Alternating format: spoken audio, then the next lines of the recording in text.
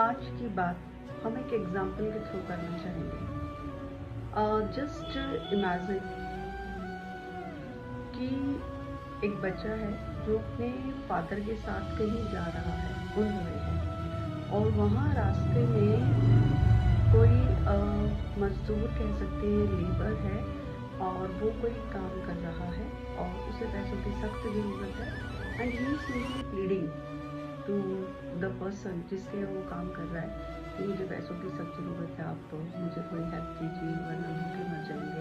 And all that. Now उसको देखते के साथ वो फादर अपने बच्चे को क्या कहता है, वो कहता है देखो ये इसीलिए मैं चाहता हूँ कि तुम जिंदगी में कुछ करो, पढ़ो लिखो, नहीं पढ़ोगे तो कल को तुम्हें भी इस तरह के जीवन से गुजरना पड़ सकता है। You have to plead in front of others, you won't be able to earn enough. That was the one side. Now think about the other side. Suppose same scenario है and other father and son going there.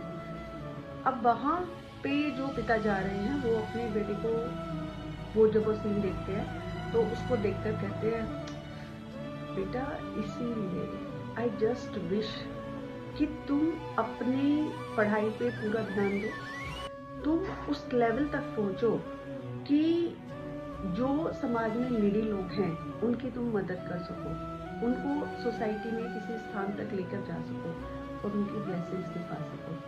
मैं चाहता हूँ कि तुम इतना पढ़ो लिखो कि सबकी आशीष दुआएं मिले और समाज के उत्थान के लिए भी तुम कुछ कर सको। दोनों ने एग्जाम्पल इसी बात से दिया कि अगर तुम पढ़ोगे लिखोगे नहीं, कुछ अच्छा नहीं करोगे तो लाइफ मिजरेबल हो सकती है, लेकिन उनका कहने का तरीका बिल्कुल अलग था। नाउ इन फर्स्ट केस जब बच्चा पढ़ेगा लिखेगा कुछ अचीव करेगा लाइफ में, तो उसके दिमाग में एक नेगेटिविटी होगी for that lower class, for the people who are doing such type of work and all that, और वो उनको कभी वो रिस्पेक्ट नहीं दे पाएगा और उसमें कहीं ना कहीं वो हाई हेडेड भी हो जाएगा।